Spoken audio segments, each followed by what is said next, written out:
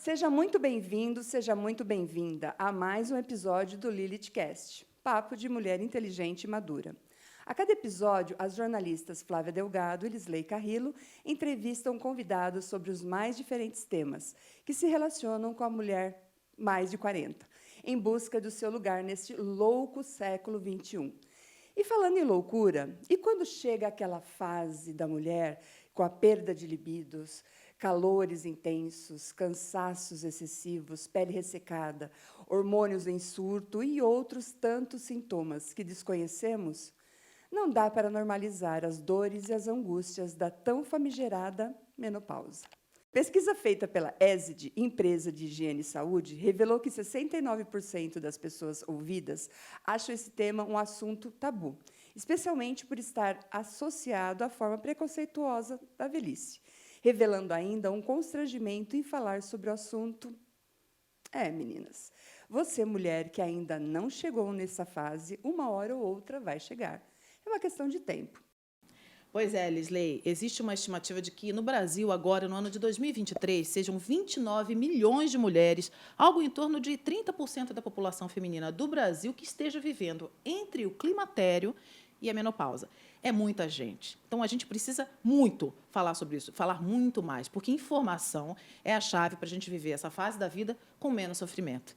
E para esse bate-papo, aqui, o LilithCast de hoje recebe a médica especializada em endocrinologia e metabolismo do Hospital Sírio-Libanês, doutora Ana Priscila Sógia.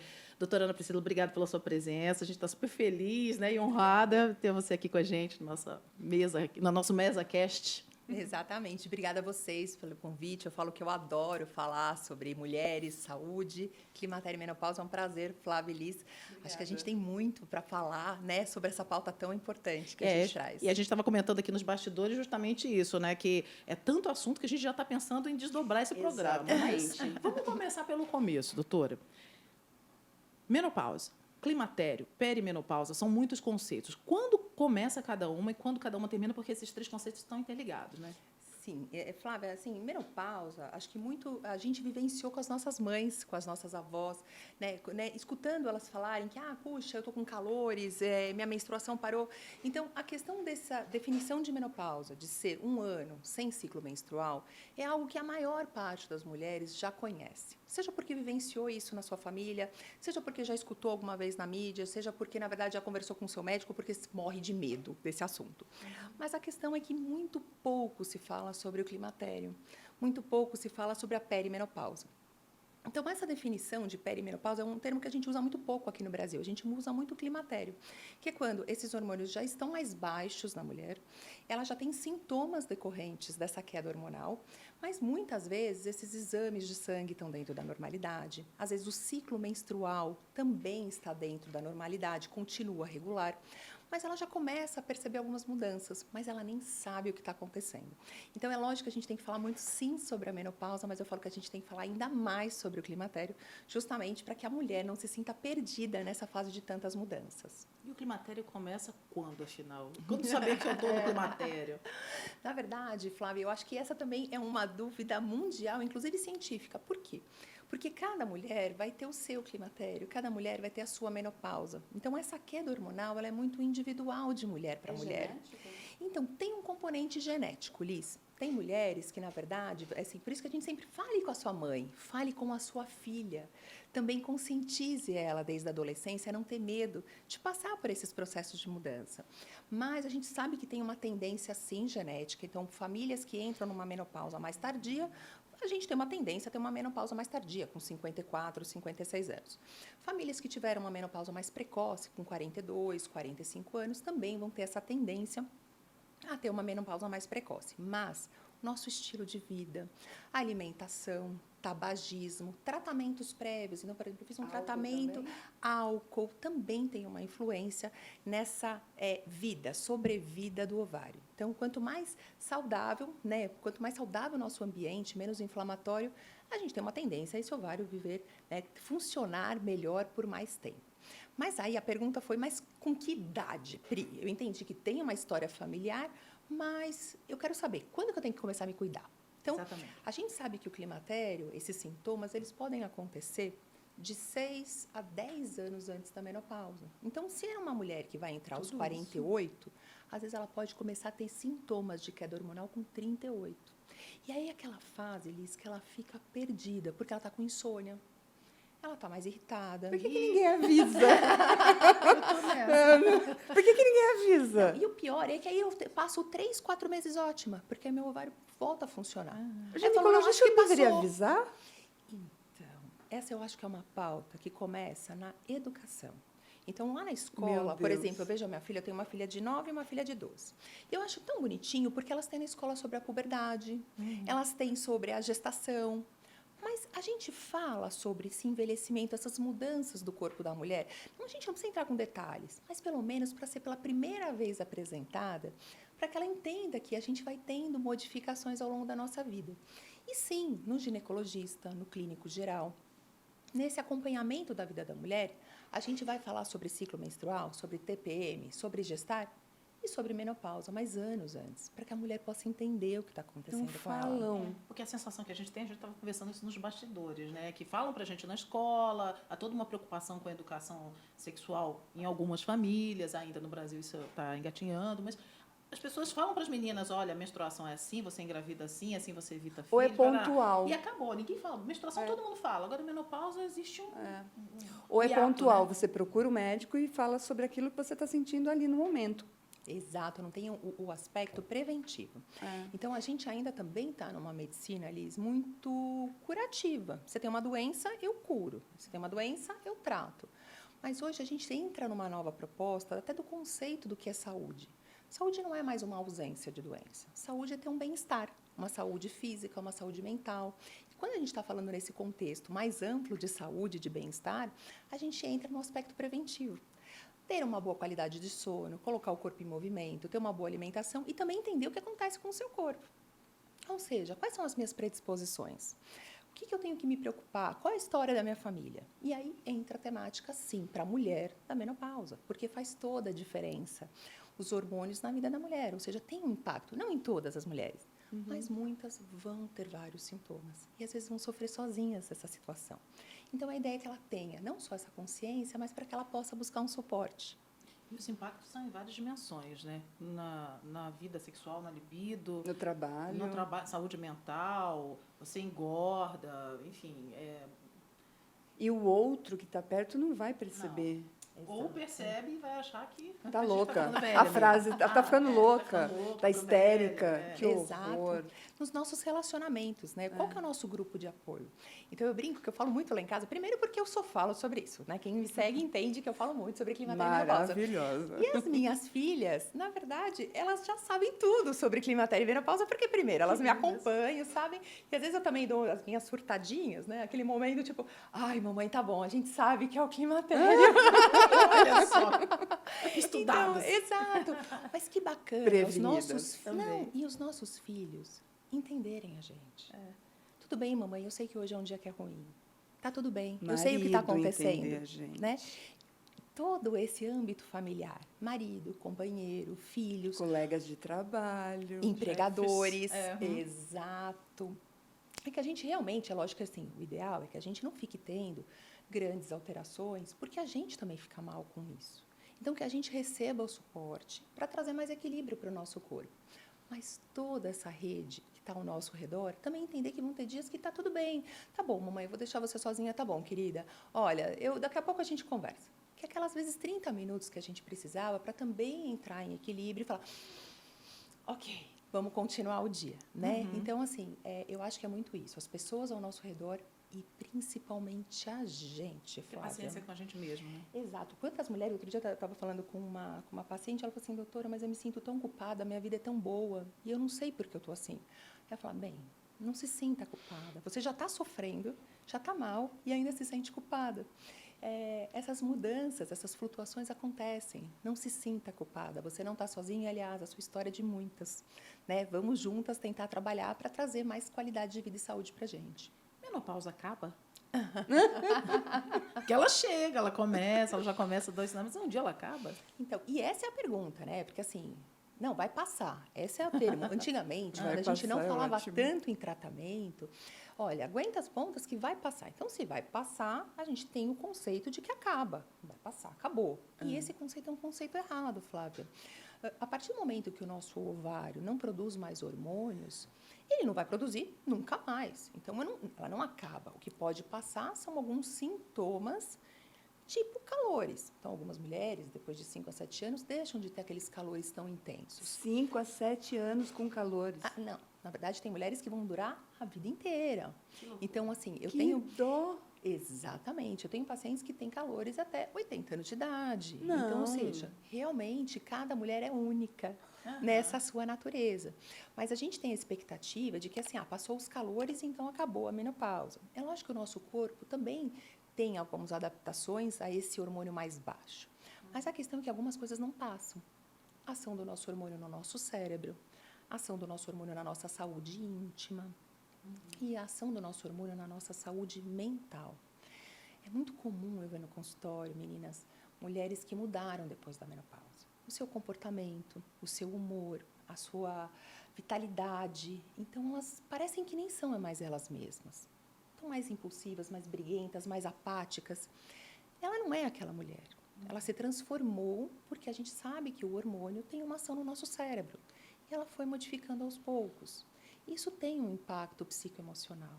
Quantas vezes a gente não perde essa alegria de viver, vai ficando cada vez mais enclausurada? Um pouco triste. Triste. Irritada. Exato. Ou chega a depressão? Depressão, na verdade, não tem a depressão pós-parto? Sim. Eu adoro fazer essa analogia. O que é a depressão pós-parto? O que é um transtorno disfórico Teve os menstrual hormônios, né? que é a TPM mais intensa? Na gestação eu estou com o hormônio lá em cima e de uma hora para outra ele faz ruft. Dependendo da sensibilidade de cada mulher, eu posso ter um blues. A maior parte das mulheres tem um blues no primeiro mês, nos primeiros 60 dias. Mas dependendo da sensibilidade que ela tem a essas quedas hormonais, ela pode ter um quadro de depressão com necessidade de tratamento. Tanto que saiu agora recentemente, não sei se vocês chegaram a ver, uma medicação que é para depressão pós-parto, específica para depressão pós-parto, porque ela tem uma ação mais rápida, que foi estudada em mulheres que estão amamentando, para que possa ser usada. Então, ou seja, do mesmo jeito que a queda dos hormônios no pós-parto leva a quadro depressivo, a queda hormonal na menopausa também pode causar isso, dependendo de cada mulher. E até a nossa legislação, ela reconhece esse estado pós-parto como um estado, esse estado puerperal, como uma situação em que as mulheres ficam fora de si, podem até cometer crimes, né? Interessante isso, né? E olha que pena, a gente hoje tem no nosso estado, né, legislativo, aí sou eu que não entendo, eu só entendo de medicina, mas assim, a gente reconhece essa situação como uma situação patológica, uma situação diferente que é a depressão pós-parto, mas a gente não reconhece a mudança da saúde mental e do nosso humor na menopausa como também sendo um momento importante. Não fala dos hormônios, né? Não, a lei não reconhece, não dá o mesmo status. O mesmo peso. O mesmo peso. Né? Assim, a gente fala muito pouco da menopausa. Eu acho que tem várias... A gente, quando também fala, por exemplo, de menopausa nas empresas, a gente fala sobre a licença maternidade. Mas quantas vezes a gente foi falar sobre as mudanças ou as necessidades da mulher na menopausa dentro do ambiente de trabalho? Licença menopausa. Ou suporte menopausa. Porque, às vezes, na menopausa, eu tenho mais tempo. Meus filhos cresceram. Eu tenho mais tempo, para a verdade, para dedicar ao meu trabalho, alavancar a minha vida profissional. A gente fala que a mulher ela tem muito dentro dessa questão da maternidade, como se fosse um ciclo. E quando a gente chega na menopausa, às vezes esse ciclo está se encerrando, nossos filhos estão crescendo, estão saindo de casa. Então, eu tenho mais tempo para eu investir em mim. Então, eu não quero a licença, eu só quero um suporte. Eu vejo assim, eu, pelo menos, passando por esse momento, eu não quero diminuir o meu ritmo. Eu quero ter mais energia, mais disposição para conquistar, porque eu estou no meu maior auge, né, do ponto de vista de experiência de maturidade. Agora, a gente estava falando sobre a gente estar atenta para esses sinais no climatério, né, para a gente começar a se cuidar. Quando você diz, doutora, vamos começar a nos cuidar já antes da menopausa, de que tipo de cuidado a gente está falando? De que tipos de exame a gente tem que fazer? Que tipos de prevenção, vamos dizer assim, se é possível falar, mas assim, como viver melhor preparando-se anos antes da menopausa chegar? Então, primeiro eu vou falar uma frase clássica médica. Clínica é soberana. Por quê? Esteja atento ao seu corpo. O seu corpo dá vários sinais para você que está mudando. seja esse sono mais superficial, seja muitas vezes uma irritabilidade, seja um ganho de peso, seja dores pelo corpo. Então, porque nesse começo, Flávia, os exames vêm dentro da normalidade. Eu não tenho alteração no exame hormonal. E é o que dificulta muitas vezes o diagnóstico do climatério. Porque o médico olha, ele fala que está normal e a mulher já tem vários sintomas. Ah, tudo bem, o exame está normal, mas eu não estou normal. Eu não estou bem. Então, eu acho que trazer, e esse inclusive, na verdade, essa formação médica. Poucos médicos tratam climatério. Poucos médicos falam sobre climatério. É isso então, que é difícil. o médico precisa ter esse conceito para que ele possa acolher essa mulher, para que ela, na verdade, traga o quadro clínico, independente dos exames. Quando começar? Hoje. Quando a gente vai começar a se cuidar para o climatério? Ontem. Ontem, hoje, agora. Porque, assim, é um cuidado contínuo. Então, assim, a gente ter esse tempo de cuidar da nossa alimentação, de pôr o nosso corpo em movimento. Então, sempre é tempo. Puxa, mas eu entrei na menopausa, Pri. Vamos cuidar hoje. Ah, mas eu tenho 40 anos. Vamos cuidar hoje. Mas eu tenho 20. Então, vamos cuidar hoje também, né? Que não seja para a menopausa, mas que seja para a vida, para a nossa saúde. Então, eu acho que esses cuidados que a gente fala do climatério, eles podem começar em qualquer idade. Por isso que esse assunto tem que ser sempre abordado nas consultas. E o hormônio? Toda mulher precisa de hormônio? Posição hormonal? Posição hormonal depois que entra na menopausa? É obrigatório? Não. Então, assim, hoje, vou Que falar isso, o que os desculpa, isso consensos... para mim é um monstro. É um monstro, né? E, assim, muitos dos tabus da menopausa começam com a questão do envelhecimento da mulher. Muitas vezes, essa vergonha que a gente tem de associar a menopausa com invalidez, com envelhecimento, com um estado de não beleza plena que a gente tinha. Começa com o primeiro tabu, envelhecimento. A gente fala muito pouco sobre isso na nossa sociedade. E o outro tabu que também se relaciona com a menopausa é o tratamento dela, que é a reposição hormonal. Então, acho que dentro da história da reposição hormonal, a gente teve vários altos e baixos. Momentos em que todas as mulheres faziam, aí era perigoso, nenhuma fazia. Aí não, agora a gente descobriu que não é tão perigoso, vamos fazer de novo. Aí agora não vamos fazer. Então, assim, há uns 20, Ou 20... vai ficar masculinizada, vai ficar com voz de homem, cheia de pelo. Vai ganhar peso, vai causar Por câncer causa de da testosterona, mama. né? Então, a gente tem tantas coisas. Um pouco sobre a falta, assim, até relacionado a alguns estudos, né, que a gente teve alguns erros de metodologia na hora de a gente fazer essa análise. Segundo, às vezes até por alguns usos inadequados por parte de alguns médicos. Então, assim, algumas mulheres vão ter, de repente, queda de cabelo ou um engrossamento da voz. Não, mas na dose errada. Ou seja, quando eu não faço uma dose fisiológica, quando eu tenho uma outra proposta por trás disso, ou quando o médico não tem uma experiência, ele vai errar? Vai. E aí eu posso ter consequências negativas e efeitos colaterais? Sim. Mas quando a gente faz uma dose fisiológica, ou seja, aquela dose que a mulher já teve durante a vida inteira, não acontece isso. Não, isso é um fato. A gente já tem vários estudos científicos publicados com segurança.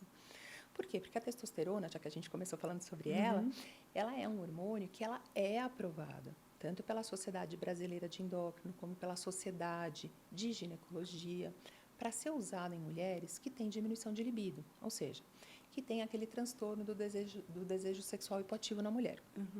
Então, pode ser usada? Não só pode, como é recomendado que se use, lógico, fazendo uma investigação do relacionamento com o seu parceiro, se não tem nenhuma outra condição que esteja levando à diminuição de libido. Mas ela pode ser usada em doses fisiológicas. Então, nessas doses que a gente tem nos estudos científicos, a gente não tem esses efeitos colaterais. Agora, às vezes, a gente, né, alguns profissionais podem errar na sua proposta ou na mão, e aí sim a gente vai ter esses... medo. Né?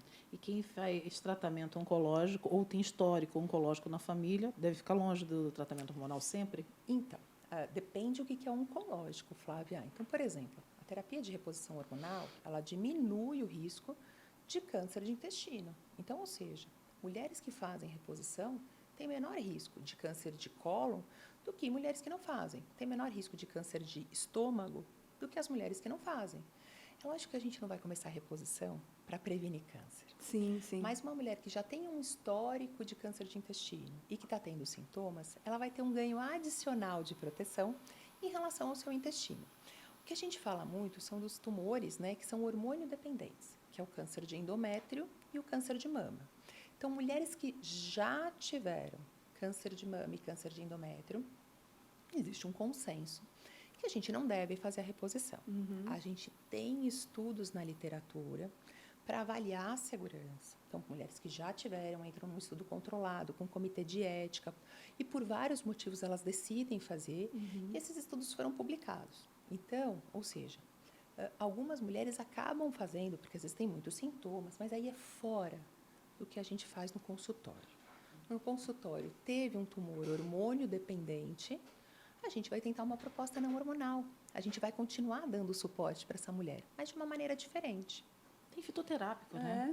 Tem fitoterápico, tem atividade física, tem suplemento, Óleo tem essencial ajuda óleos também? essenciais, técnicas comportamentais. A gente tem medicações que aumentam serotonina, tem uma medicação nova, que inclusive agora foi aprovada pelo FDA, que é para fogachos, e que provavelmente não é hormonal, e que pode ser utilizada por mulheres que já tiveram algum tipo de tumor. Então, a gente está ampliando as ferramentas que a gente tem, tanto para as mulheres que podem fazer a reposição, quanto para as mulheres que não podem. Mas aí, na sua pergunta, Pri, é obrigatório a reposição hormonal? Nada é obrigatório. Nada. Nenhum tratamento é obrigatório. É uma decisão que essa paciente, que essa mulher, vai ter com o seu médico. E aí ele tem que explicar dentro da realidade dela, dentro dos sintomas que ela tem, os riscos e benefícios. De verdade, Flávia, os riscos são muito pequenos. Cada vez mais, os estudos mostram que numa baixa dosagem, com a progesterona bioidêntica, a gente tem baixo risco, baixíssimo, a gente tem muito mais benefício do que risco. Mas é claro que vai depender da individualidade de cada mulher. Que nem você falou, as mulheres com um antecedente de tumor, a gente vai tentar uma proposta não hormonal. E o que é hormônio bioidêntico? A gente ouve muito falar, né? Mas vamos aproveitar que estamos aqui com um especialista. O que é um hormônio bioidêntico? Então, o hormônio bioidêntico, o nome correto dele, se chama isomolecular. O que é isomolecular? Ele é um hormônio que é igualzinho à molécula do hormônio do nosso corpo. Então, o nosso corpo produz progesterona. O nosso corpo produz estradiol. Esse hormônio ele é exatamente igual àquele que o meu corpo produz. Então, porque por muito tempo a reposição hormonal foi feita com hormônios sintéticos. Então, a gente tinha as progestinas sintéticas que justamente não são iguais à progesterona do nosso corpo. E aí, a gente tem aí alguns estudos que, de repente, esses hormônios sintéticos possam ter um efeito pior na mama, um efeito mais proliferativo do tecido mamário. Então, hoje, se a gente for ver o consenso, qual é a recomendação do consenso? Utilizar o estradiol na sua forma transdérmica. O que é transdérmica? É pela pele. Em creme. Então, em adesivo ou gel, um dos dois. O O creme e o estradiol. Então, a ideia é, você pode usar em gel, creme ou adesivo, porque ele não passa pelo fígado. E aí não aumenta o risco de trombose. Então, a recomendação é que ele realmente, a gente evite o estradiol oral. A gente use pela pele. A progesterona é ao contrário. Por quê? A progesterona, quando a gente passa na pele, ela não absorve direito. Então, a gente acha que está passando e, na verdade, não está. Então, a progesterona tem que ser por boca, a progesterona bioidêntica, e ela não aumenta o risco de trombose. Mas Pri passa pela boca, não aumenta o risco de trombose. Mas passa pela boca, mas não aumenta o risco de trombose. E testosterona também ideal é Pela passar pele, pela pele. tá? A gente evita essa passagem pelo fígado. Tanto que no homem que está na andropausa, não tem testosterona oral. A gente tem testosterona em injeção e testosterona em gel, para não passar pelo fígado. Então, tanto a testosterona quanto o estradiol pela pele. Progesterona para que realmente a gente tenha absorção e seja segura a reposição, porque ela tem esse efeito de fazer essa proteção do endométrio. É importante que seja ou oral ou vaginal. É que eu acho o oral bem mais prático do que o vaginal, mas aí cada mulher vai decidir isso junto com o seu médico. Agora, doutora, falando em vaginal. Agora é o momento limite. O momento limite é o momento que a gente fala assim. Na sobre verdade, sexo, sou né? eu a cara de pau mesmo, que a Flávia sempre deixa para mim, né? Esse Isso tipo. é uma injustiça. Eu também vou perguntar. Sexo na menopausa. Ele fica melhor ainda. É isso que a gente tem que entender. Na verdade, Oba. a gente tem que falar de sexualidade sim, né? Sempre. É vida, né? É parte da vida. Dificuldades. Porque assim, a gente sabe, pelo menos assim, as amigas falam que a mulher fica mais ressecada, a lubrificação enfim, fica menos lubrificada. Além da perda do desejo em si, existe uma questão assim fisiológica. Isso. Todas. Assim, primeiro, a mulher muitas vezes tem uma diminuição de libido, tanto pela queda da testosterona quanto pela queda do estradiol. Segundo, muitas vezes ela tem desconforto. Então, ela vai ter uma atrofia vaginal, uma secura, dor na relação. Então, aquilo deixa de ser gostoso. Por quê? Porque o hormônio estradiol é importante para manter, eu vou falar o termo técnico, né, que é a atrofia da vagina. Então, a mucosa, a parte de dentro, ela tem que estar bem lubrificada, ela tem que estar espessa. Começa a ficar muito fininho. E aí começa a ter muita secura e muita dor. Então, a gente tem uma questão da saúde íntima. E a gente tem outros pontos também. A gente se sente mais velha, a gente começa a ganhar peso e não gostar do nosso corpo. Algumas mulheres podem ter incontinência urinária e se sentir ainda mais envelhecidas. Então, todo esse contexto que envolve as mudanças do corpo da mulher, se eles não são abordados, se não é dado um suporte para isso, contribui ainda mais para uma baixa autoestima, uma dificuldade da mulher se relacionar com o próprio corpo, fazendo com que aquilo não seja tão gostoso. Mas, aí eu vou falar o meu ponto, que eu falei porque é muito melhor. A gente é muito mais madura, a gente é muito mais experiente. Sabe o que quer, o que não quer. Exatamente. O que gosta, o que não gosta. O que a gente precisa é ter suporte. E a gente tem várias propostas para poder cuidar da nossa saúde íntima, para melhorar a nossa libido, para trabalhar o nosso peso, alimentação, para que a gente se sinta bem dentro do nosso próprio corpo e que a gente possa aproveitar essa fase. Porque, aliás, né, Flávia, são mais 40 anos. Dá Por que licença, não aproveitar esse dá período? licença, que eu gosto. Mas olha, eu já ouvi dizer que existe, além das reposições hormonais, tem uma série de outros tratamentos. Assim, existem lubrificantes, existe laser vaginal. Exato. O que eu vou dar de conselho aqui? Então, assim, eu não quero fazer reposição porque eu tenho medo, ou porque eu não quero, ou porque eu não preciso. Se tem uma coisa que vai mudar, é a nossa saúde íntima. Pode ser que não mude nos primeiros 5 anos da menopausa, mas com 15 anos da menopausa vai ter atrofia, vai ter dor. O hormônio ele é muito importante para manter essa lubrificação da cavidade vaginal. Então, o que a gente recomenda? Não quero fazer reposição? Tudo bem, faz um tratamento só local com hormônio. Porque não é só a questão da relação, mas eu não tenho parceiro, eu não quero. Mas aí eu começo a ter infecção urinária. Eu posso ter prurido, eu posso ter urinária. Então, eu falo que cuidar da nossa saúde é cuidar do nosso coração, é cuidar do nosso fígado, é cuidar do nosso cérebro e é cuidar, sim, da nossa saúde íntima. E a gente tem o laser. O laser, ele também entra com essa proposta de melhorar o colágeno, melhorar a lubrificação. Então, olha quantas coisas a gente tem disponíveis. É que o laser, às vezes, é um tratamento um pouco mais caro, né? Ele fica, às vezes, mais reservado para uma parcela. Quando bem feito, geralmente não dói. Então, se doeu... Faz laser para depilação, aí não vai fazer laser. É diferente, né? Um pouquinho mais interno, né? Vá. Não, não é não. Peraí. Fazer em outro lugar. Não. Laser, é laser. O que a doutora falou, né? Quando bem feito. Laser. Não, mas é uma coisa interessante esse ponto que a gente chegou, né? Porque não necessariamente uma mulher, muitas vezes, a gente falou isso aqui em outros momentos, muitas vezes ela não tem mais parceiro. E assim, como é que ela vai fazer um preventivo? Eu conheço mulheres mais velhas que não têm parceiro, que não tiveram mais vida sexual e tinham dificuldade para fazer preventivo, não conseguia, precisava usar um creme, porque simplesmente não consegue fazer o Papa Nicolau. De tamanha dor que sente para fazer o Papa Nicolau. Exatamente, foi o que a gente falou. Na verdade, essa região, eu começo a ter o meu assoalho pélvico, ele começa a cair pela falta de hormônio. E aí eu posso ter incontinência urinária. Poxa, assim, já tem toda essa estigma da sociedade do envelhecimento. Aí eu vou chegar numa certa idade, eu vou colocar o que é absorvente, depois uma fralda. Então, assim, por que não fazer o trabalho preventivo? Seja com creme, seja com laser, seja com fisioterapia pélvica. Então, a gente não vai cuidar da nossa pele? A gente não vai cuidar do nosso cabelo, pintar, né? Tem mulheres que não gostam dos seus cabelos brancos. Elas vão lá todo mês no salão, a cada 2 meses, se cuidam.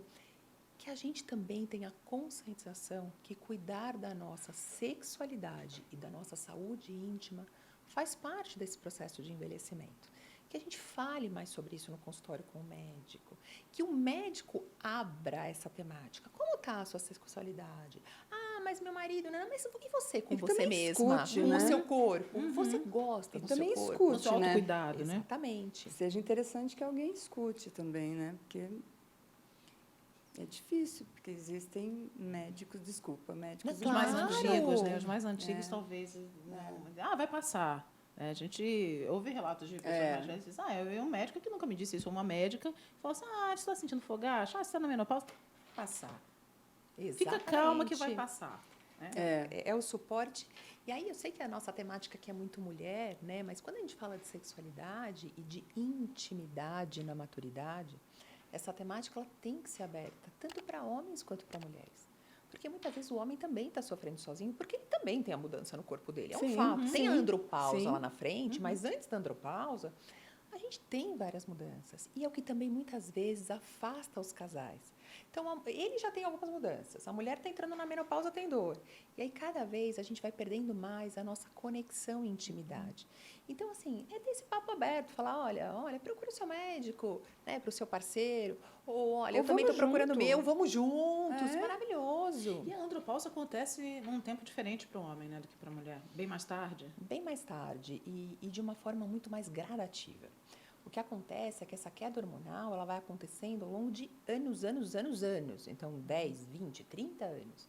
Então, muitas vezes lá na frente, o homem vai ter muitas vezes uma queda da sua disposição, uma queda da libido, mas vai se adaptando a esses valores hormonais mais baixos. A mulher não. É muito rápido. Por isso que às vezes é muito intenso.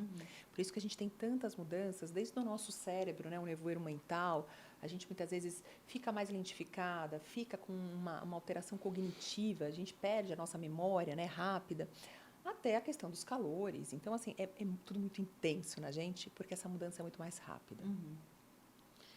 Tem gente que toma antidepressivo na menopausa. O que você acha sobre isso, doutora? Então, muitas vezes, além do tratamento de reposição ou não, pode ser que seja necessário dar um antidepressivo. Então, o primeiro ponto é que eu acho que a gente tem que acabar com todos os tabus. Tabus contra a obesidade, tabus contra o envelhecimento, tabus contra a reposição hormonal e tabus contra a depressão. Depressão, quando a mulher tem uma alteração da saúde mental importante, é lógico que muitas vezes é decorrente da queda hormonal, mas pode ser que naquele momento, além da reposição, seja necessária uma outra medicação. Mas essa é a maioria? Não. É caso a caso, né? Mas não é a maioria. Mais, né? A maioria das mulheres que estão mais melancólicas, que estão mais irritadas, a partir do momento que elas começam a fazer a reposição, elas ficam bem. Então, eu não preciso lançar mão do antidepressivo. Então, o que eu quero trazer aqui? Então, primeiro, a maior parte das mulheres, depois dos 40 anos, se tiverem um quadro de dor, um diagnóstico de fibromialgia, ou um quadro de ansiedade ou de depressão, conversem com o seu médico sobre a possibilidade de ser climatério. Porque, às vezes, eu não preciso tratar a fibromialgia. Às vezes, eu não preciso tratar a depressão. Eu preciso tratar o climatério. Porque ele está causando tudo isso. Né? Então, nesses casos, a mulher ela fica ótima. Então, a gente não tem que ter, né, esse tabu, esse medo de começar a medicação, mas entender que não é para começar para todo mundo. Aliás, a minoria das mulheres depois dos 40 vão precisar. O problema está relacionado, na maior parte dos casos, a essas flutuações que acontecem na mulher. E é interessante falar também, né? As amigas conversar sobre isso. Não, a gente conversa sobre isso. Não, mas a gente é um caso à parte, né? Porque, assim, amigas, eu fico cutucando as amigas, não falam. Informação, nem todo mundo tem informação, tem tabu mesmo entre as pessoas mais novas, mais humildes, muitas vezes, não tem acesso à informação. E vergonha. Às vezes está lá todo mundo, todas as amigas bonitonas, e você fala que está na menopausa, as pessoas olham para você assim, eu não. É do tipo, e aí, menina, você ainda fica menstruada? Tá não, eu não. E não, até, se fosse algo ruim. E até, por exemplo, falar de brinquedos. Brinquedos sexuais. Oi? Como assim? Depende. Você tem? Ai, como se fosse um monstro. Não. Ué, eu sou mulher, qual que é o problema? A mulher vai ter a sua cultura. Tem algumas mulheres que não vão se sentir à vontade, mas hoje a gente entende a sexualidade, por isso que acho que é um tema a ser abordado no consultório médico, como sendo algo que é bom para a saúde da mulher. Faz bem pra gente. Ou algo natural, né? Algo natural. Então, puxa, a gente vem de uma cultura, né? Assim, provavelmente as minhas filhas estão crescendo com, né, uma cultura relacionada à sexualidade diferente do que a gente cresceu, diferente do que os nossos pais cresceram. Sim, sim. Mas então, dentro do que eu, quando a gente era jovem, abordar mais esse tema, para a gente se libertar, né? Para a gente, na verdade, poder fazer aquilo que a gente deseja. E se é gostoso, feliz, feliz, eu quero fazer, eu quero curtir o meu leveza, corpo. Né? Um pouco mais Exatamente. de leveza. Assim, tirar esses tabus. E aí a sexualidade traz um tabu enorme. Ainda mais, porque assim, uma mulher jovem, tudo bem. A mulher de 50 anos vai fazer o quê com um brinquedo? Ou fica ridículo. É como se aos né? 20 fica ridículo. Exato. Fica ridículo. Não pode.